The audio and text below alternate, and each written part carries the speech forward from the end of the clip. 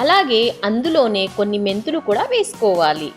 ఏ పులుసు పెట్టినా కొన్ని మెంతులను వేస్తే పులుసు చాలా టేస్టీగా ఉంటుందండి. అలాగే 2 రెమ్మల కరేపాకు కూడా వేసి కొద్దిసేపు వేగనివ్వాలి. అలాగే 4 వెల్లుల్ని కూడా ఇలా కచ్చాపచ్చాగా దంచుకొని వేసుకోవాలి.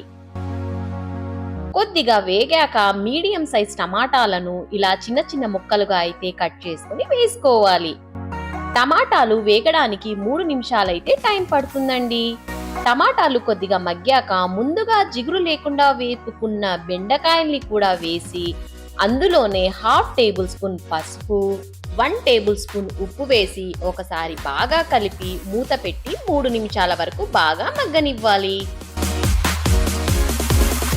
3 నిమిషాల తర్వాత ఒకసారి బాగా కలిపి అందులోనే 1 టేబుల్ స్పూన్ ధనియాల పొడి, 2 స్పూన్ల కారం, నిమ్మకాయ సైజ్ అంత చింతపండు రసంను బాగా ఒకసారి కలిపి 1 గ్లాసు దాకా వాటర్ నైతే పోసుకోవాలి.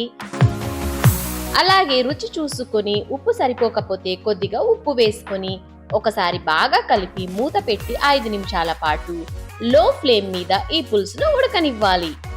5 నిమిషాల తర్వాత మూత తెరిచి చూస్తే ఉప్పు, కారం, పులుసు బెండకాయ ముక్కలకు బాగా పట్టి ఉంటుందండి. చివరగా కొద్దిగా బెల్లం పొడిని వేసుకోవాలి. ఈ బెల్లం పొడి కంప్లీట్ ఆప్షనల్ అండి.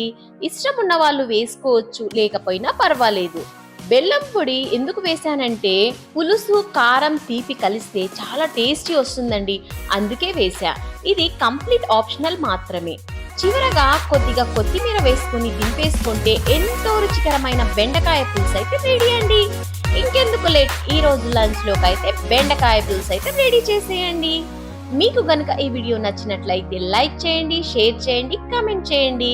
అలాగే మరిన్ని ఇలాంటి ఈజీ అండ్ టేస్టీ వంటల కోసం మన A9 టేస్టీ కుకింగ్ ఛానల్ అయితే సబ్స్క్రైబ్ చేసుకోండి ప్లీజ్. Thanks for watching.